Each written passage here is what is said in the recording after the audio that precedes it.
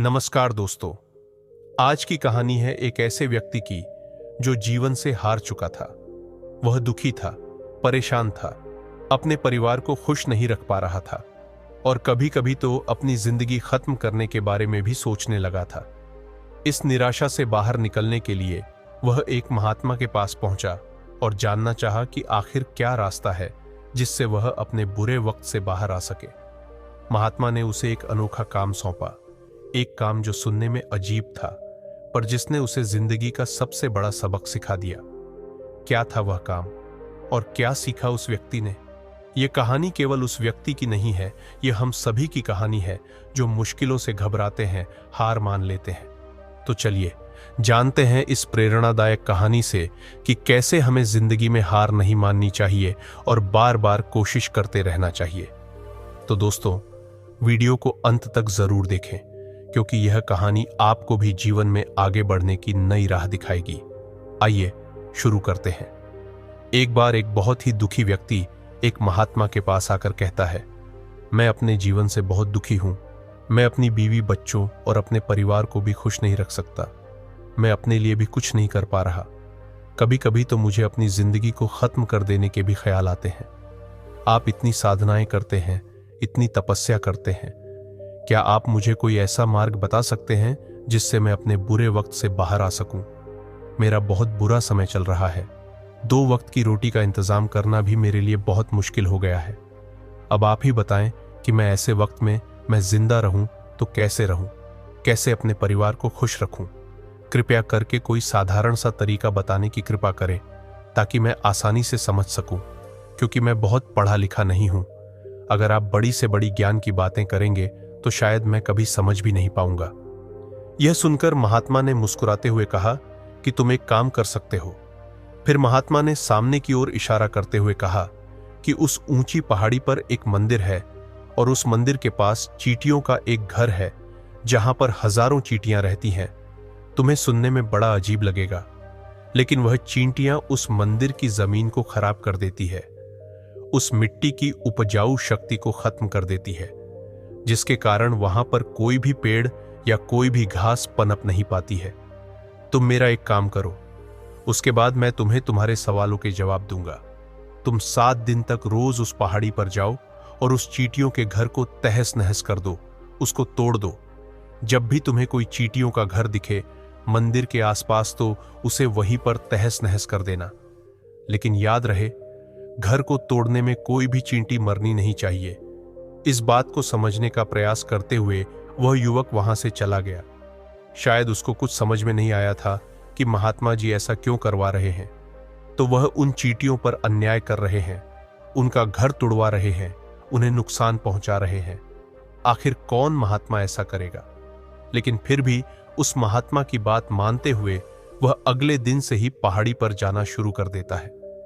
जब वह पहले दिन पहाड़ी पर पहुंचता है तो देखता है कि बहुत सारी चींटियां अपना खाना जुटाने में लगी हुई है।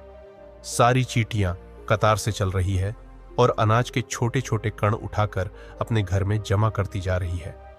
यह देखकर पहले तो उस युवक का मन कमजोर पड़ गया।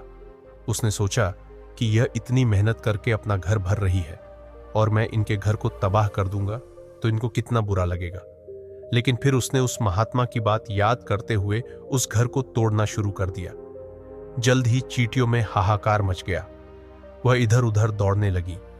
अभी तक जो कतार से चल रही थी अब वह बिखर गई और इधर उधर अपनी जान बचाने के लिए भागने लगी। थोड़ी देर में घर टूट गया और सारी चींटियां इधर उधर छुपने के लिए भाग चुकी थी। यह करने के बाद वह युवक दुखी मन से वापस अपने घर पर लौट आया। उसका मन परेशान था, दुखी था, पश्चाताप से भरा हुआ था। फिर उसने अपने बिस्तर पर रात में लेटे लेटे ही सोचा कि अब तो उन चींटियों का घर तबाह हो चुका है। अब वहां वापस जाने का क्या फायदा होगा, क्योंकि चींटियों का घर तहस नहस करने के लिए महात्मा जी ने कहा था, जो मैं कर चुका हूं। लेकिन फिर कुछ सोचकर अगले दिन उसने फिर से जाने का निश्चय किया और अगले दिन सुबह सुबह उठकर वह वापस उसी पहाड़ी पर पहुंच जाता है। पहाड़ी पर पहुंचकर वह उसी जगह पर पहुंचता है जहां पिछले सुबह उसने उस घर को तहस नहस कर दिया था। लेकिन वह यह देखकर चौंक जाता है कि उन चींटियों ने फिर से अपना घर उसी जगह पर बना लिया था और अब वह फिर से अपने घर के लिए सामान इकट्ठा करने में जुटी हुई थी। उस आदमी को देखकर लगा कि यह चींटियां कितनी मूर्ख है। इनको पता है कि कल ही इनका घर इसी जगह पर तबाह किया गया था और उसी जगह पर उन्होंने अपना नया घर भी बना लिया। और यह सोचकर वह आदमी हंसने लगा। लेकिन फिर से महात्मा की बात याद करते हुए उसने उन चींटियों का घर फिर से तबाह करना शुरू कर दिया। फिर से उन चींटियों में हलचल मच गई और थोड़ी देर में वह चींटियां इधर उधर अपनी जान बचाने के लिए भागने लगी। कुछ ही देर में उनका घर फिर से नष्ट हो गया और वह युवक थोड़ा संतोष के भाव से कि इस बार तो मैं अच्छी तरह से उस घर को तबाह कर दिया है, अब तो वह चींटियां यहां पर अपना घर बना ही नहीं पाएंगी, इसीलिए जाने से पहले उसने उस घर पर ठंडा पानी भी डाल दिया ताकि चींटियां वहां पर अपना घर ना बना सके। और इस तरह अपना कर्म पूरा करके वह युवक फिर से अपने घर लौट आया। आज रात में सोते वक्त फिर से वह युवक यही सोच रहा था कि क्या महात्मा यह सही काम करवा रहे हैं?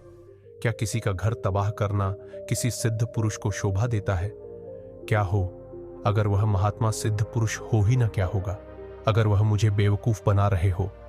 लेकिन फिर उसने निश्चय किया कि मैं अपने काम को पहले पूरा कर लेता हूं, उसके बाद ही पता चलेगा कि महात्मा मुझसे ऐसा क्यों करवा रहे थे। और यही सोचकर वह रात में सो जाता है। अगले दिन सुबह उठकर वह फिर से उसी पहाड़ी की ओर निकल जाता है। पहाड़ी पर पहुंचकर वह उसी जगह पर पहुंचता है जहां पर उसने उनके घर को तबाह कर दिया था और वह यह देखकर खुश हो जाता है कि वहां पर कोई भी घर नहीं था। सारी चींटियां वहां से भाग चुकी थी। अब उसने सोचा कि अब मेरा रोज रोज आने का क्या फायदा होगा, क्योंकि चींटियां तो अपना घर बदल चुकी हैं और महात्मा जी ने मुझे 7 दिन आने के बाद कहा था, लेकिन आज तो तीसरा ही दिन है, अब बाकी 4 दिन वापस आने का क्या फायदा होगा। और यही सोचकर उसने निश्चय किया कि यहां से वह सीधा उसी महात्मा के पास जाएगा और उनको यह सारी खबर बता देगा। जब वह वापस मुड़कर उस पहाड़ी से उस महात्मा की कुटिया की तरफ जाने लगा, तभी अचानक उसकी नजर एक और घर पर पड़ी जो कि चींटियों का ही बनाया हुआ था। मतलब कि वह घर चींटियों ने ही बनाया था और अब वह चींटियां नए घर में वास कर चुकी थी। यह नया घर उनके पुराने घर से थोड़ी ही दूरी पर था और जब उसी युवक की नजर उस घर पर पड़ी तो उसने सोचा कि शायद महात्मा को पता था कि यह चींटियां अपना घर यहां से बदलकर किसी दूसरी जगह पर बना लेगी, इसीलिए उन्होंने मुझे 7 दिन आने के बाद कहा था। और यह विचार करके वह उनका नया घर भी तोड़ने के लिए पहुंच जाता है। जब वह वहां पहुंचा तो चींटियां उसी तरह अपने कार्य में लगी हुई थी। वह अपने लिए खाना इकट्ठा कर रही थी और अपने घर में जमा कर रही थी। जब पुराना घर टूटा था वहां भी अनाज के कण बचे हुए थे और चींटियां वहां से भी अनाज इकट्ठा कर करके वापस अपने नए घर में ला रही थी। अब यहां पर फिर से युवक का मन थोड़ा कमजोर पड़ गया, क्योंकि वह खुद भी कमजोर था, खुद भी वक्त का मारा हुआ था। इसीलिए उसके मन में उन चींटियों के प्रति दया का भाव उमड़ रहा था। उनके ऊपर उसे दया आ रही थी। वह चाहता था कि उनकी मदद करे, लेकिन वह उल्टा उनको नुकसान पहुंचा रहा था। लेकिन उस महात्मा की बात को याद करते हुए उसने फिर से उस घर को तोड़ने का निश्चय किया और उसने इस बार बड़ी ही सावधानी के साथ, बिना किसी चींटी को कोई नुकसान पहुंचाए, वह घर तबाह करना शुरू कर दिया। वक्त थोड़ा ज्यादा लगा, क्योंकि किसी भी चींटी को नुकसान न पहुंचने की शर्त महात्मा ने पहले ही रखी थी। इसीलिए उसको बड़ी सावधानी के साथ उन घरों को तबाह कर रहा था। लेकिन आखिरकार उसने उस घर को भी तबाह कर दिया और उस घर को तबाह करने के बाद वह बड़े ही दुखी मन से, इस बार वह पहले से भी ज्यादा दुखी था, क्योंकि उसने उनका नया घर भी तोड़ दिया था। वह उन चींटियों को बसने ही नहीं दे रहा था और वह अब अपने आप को शैतान या दानव समझने लगा था। लेकिन फिर भी उस महात्मा की बात को मानते हुए वह अपने घर पर दुखी मन से वापस आ गया। रात में सोने से पहले एक बार उसने फिर से सोचा कि मैं कितना बड़ा शैतान हूं, कितना बड़ा दानव हूं। पुराना घर तो छोड़ो, मैं उन चींटियों को कहीं भी बसने के लिए कोई जगह ही नहीं दे रहा हूं। वह चींटियां मेरे बारे में क्या सोचती होगी? वह कितना बड़ा दानव होगा उस परमात्मा को जो मेरे द्वारा यह काम करवा रहा है। लेकिन फिर भी उसने अगले दिन जाने का निश्चय किया और अगले दिन सुबह सुबह वह फिर से वहां पर पहुंच गया। वो यह देखकर फिर से आश्चर्यचकित रह जाता है कि इस बार चींटियों ने एक और नई जगह पर अपना घर बना लिया था। वह तो पहले से भी ज्यादा ऊर्जा के साथ काम कर रही थी और उन्होंने एक रात में पहले से भी बड़ा घर बना लिया था और अब वो फिर से अपना अनाज और खाना इकट्ठा करने में जुटी हुई थी। यह देखकर उस आदमी को लगा कि यह चींटियां किस मिट्टी की बनी हुई हैं। मैं उनको बार बार यहां से भगाने की कोशिश कर रहा हूं और यह वहीं पर अपना घर बना लेती है। क्या इनको पता नहीं है कि मैं यहां पर कभी भी बसने नहीं दूंगा? ये चींटी है, दिखने में इतनी छोटी है, लेकिन फिर भी यह मुझसे हार नहीं मान रही है। बड़ी ताज्जुब की बात है। और इस बार उसने गुस्से में उस घर को तहस नहस करना शुरू कर दिया। लेकिन इस बार तहस नहस करते हुए कुछ चींटियां वहीं पर मर गईं। उसके पैरों तले कुचल दी गई। कुचलने के बाद जब वह अपने अहंकार से बाहर आया तो उसने देखा कि गुस्से में उसने उन चींटियों को कितना क्षति पहुंचा दी है। उसका मन पश्चाताप से भर गया और वह रोता हुआ अपने घर की तरफ बढ़ गया। रात में सोते वक्त उसने सोचा कि मैं उन चींटियों पर बहुत ज्यादा अत्याचार कर रहा हूं। अब इससे ज्यादा अत्याचार मैं नहीं कर पाऊंगा। और यही सोचकर वह अगले दिन उन चींटियों के लिए अपने घर से थोड़ा आटा लेकर उसी पहाड़ी पर पहुंच जाता है। आज उसके मन में उन चींटियों के प्रति श्रद्धा का भाव था, दया का भाव था। आज वह उनकी मदद करना चाहता था। और जब वह वहां पर पहुंचा तो चींटियां फिर से अपने नए घर को बनाने में जुटी हुई थी। उसने बड़े ही करुणा के साथ उन चींटियों को अपना लाया हुआ आटा खिलाया। अगले 7 दिनों तक वह ऐसा ही करता रहा। वो रोज सुबह जाता, उन चींटियों को अपने हाथों से आटा खिलाता। 7 दिन के बाद वह युवक उस महात्मा के पास पहुंचकर हाथ जोड़कर बोलता है कि हे महात्मा जी, मुझे माफ कर देना। मैंने उन चींटियों का घर तबाह करने के लिए बहुत कोशिश की। मैंने उनका घर तबाह किया भी, एक बार नहीं 4 बार मैंने उनका घर तोड़ा। उसके बाद मैं हिम्मत नहीं कर पाया, उनके घर को नहीं तोड़ पाया। मैं समझ सकता हूं कि मैं आपका काम पूरा नहीं किया और इसके बदले आप मुझे तरीका भी नहीं बताएंगे जो कि मुझे मेरे बुरे समय से बाहर निकाल सकता है। लेकिन मुझे इसका कोई परवाह नहीं है। मुझे लगता है कि मैंने जो किया वह सही किया, इसीलिए मैं आपसे आज्ञा लेकर वापस जा रहा हूं। कृपया मुझे वापस अपने घर जाने की आज्ञा दीजिए। यह सुनकर महात्मा ने मुस्कुराते हुए कहा कि अरे बेटा, कहां चल दिए? रुको तो सही, जलपान तो कर लो, थोड़ी देर ठहर जाओ, उसके बाद चले जाना। और यह कहकर वह महात्मा उस युवक के लिए पानी लेकर आते हैं। पानी पिलाने के बाद महात्मा उस युवक से पूछते हैं कि तुम मुझे यह बताओ कि आखिर तुम उन चींटियों का घर तबाह क्यों नहीं कर सके? वह चींटियां तो छोटी है और तुम इतने विशालकाय हो, फिर भी तुम उन छोटी छोटी चींटियों का घर तबाह नहीं कर पाए। कहां है तुम्हारी शक्ति, तुम्हारा बाहुबल? इसका जवाब देते हुए उस युवक ने कहा कि हे महात्मा, मैंने उन चींटियों का घर तबाह कर दिया था, बार बार किया था। एक बार तो अपने गुस्से में उन चींटियों को भी हानि पहुंचा दी थी, लेकिन जिस दिन मैंने उनको हानि पहुंचाई उसी दिन मुझे लगा कि मैं उनको क्यों हानि पहुंचा रहा हूं, क्यों इनको इतनी तकलीफ दे रहा हूं। और उसी दिन से मैंने उनको क्षति पहुंचाने की वजह, नुकसान पहुंचाने की वजह उनकी सहायता करनी शुरू कर दी। यह सुनकर उस महात्मा ने कहा कि यही तो सीखने की बात है। एक छोटी सी चींटी हमें जीवन का संदेश दे जाती है।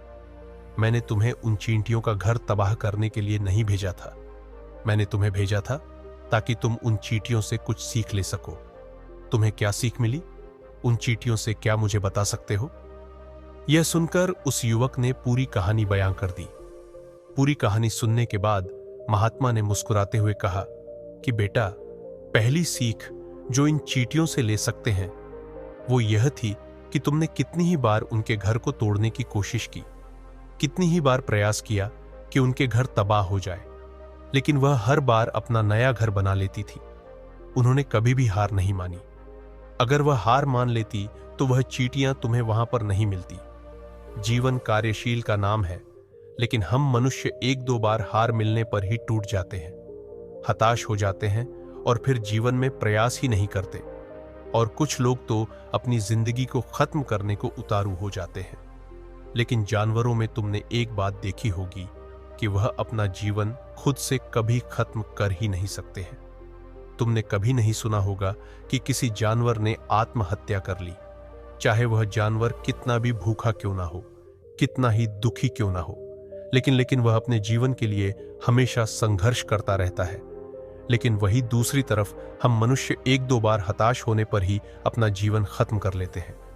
जीवन तो कर्मशील होता है, कर्म करने का नाम है जीवन, और मृत्यु आखिरी विश्राम है, परम विश्राम है।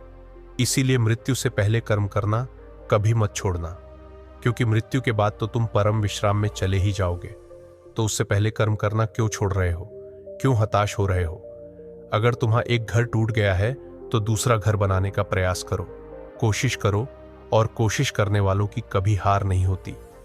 यह तुम उन चींटियों से देख चुके हो। देखने में तुमसे कितनी छोटी है वह चींटियां, और तुम इतने बड़े हो, लेकिन उनका मन तुम्हारा मन से इतना बड़ा है, इतना विशाल है, इतना दृढ़ संकल्प है कि इतनी बार घर टूटने पर भी उन चींटियों ने कभी हार नहीं मानी। दूसरी सीख यह है कि जब भी हमारे ऊपर बुरा समय आता है, हमें लगता है कि यह समय कभी भी नहीं जाएगा, यह समय मेरे जीवन को बर्बाद कर देगा, मुझे कभी नहीं जीने देगा, और अपने इन्हीं ख्यालों से, अपने इन्हीं विचारों से, जिसका असलियत में कोई भी अस्तित्व नहीं है, वह सिर्फ विचार है, और वही विचार हमारे मन को दुखी कर देती है, और इसीलिए हम प्रयास करना भी छोड़ देते हैं। लेकिन तुम खुद सोचो कि बार बार प्रकृति हमें क्षति पहुंचाएगी, नुकसान पहुंचाएगी, लेकिन कब तक पहुंचाएगी? अगर हम बार बार फिर से उठ के फिर से नया प्रयास करते रहेंगे तो प्रकृति भी हमारे सामने घुटने टेक देगी, और वह भी एक दिन हमारे ऊपर दयावान हो जाएगी, कृपालु हो जाएगी, और वह हमें सब कुछ देने लगेगी जिसकी हमने कभी कामना की थी। तुमने खुद देखा कि तुम उन चींटियों को तबाह करने के लिए पहुंचे थे, लेकिन बाद में तुम ही उन चींटियों को अनाज और आटा देने लगे, तुम ही उन पर कृपालु हो गए। क्यों हुए? क्योंकि तुमने देखा कि वह चींटियां हार ही नहीं मान रही है। इसी तरह अगर तुम भी अपने जीवन में कभी हार नहीं मानोगे तो एक ना एक दिन यह प्रकृति तुम्हें वह सब कुछ देगी जो तुम अपने जीवन में पाना चाहते थे। इसीलिए दो सीख याद रखना, कर्मशील कार्य करते जाना, और दूसरा कि एक ना एक दिन प्रकृति तुम्हारी उस कर्म का परिणाम तुम्हें जरूर देगी। तो दोस्तों, अगर आपको ये वीडियो पसंद आ रहा है और इससे आपको कुछ नया सीखने को मिला है तो हमारे चैनल को सब्सक्राइब करना ना भूलें, साथ ही बेल आइकन को दबाएं ताकि आपको हमारी हर नई वीडियो की नोटिफिकेशन सबसे पहले मिले। हमारे साथ जुड़े रहें, क्योंकि हम आपके लिए लाते हैं ऐसी ही प्रेरणादायक और ज्ञानवर्धक कहानियां जो आपकी जिंदगी को बदल सकती हैं। धन्यवाद।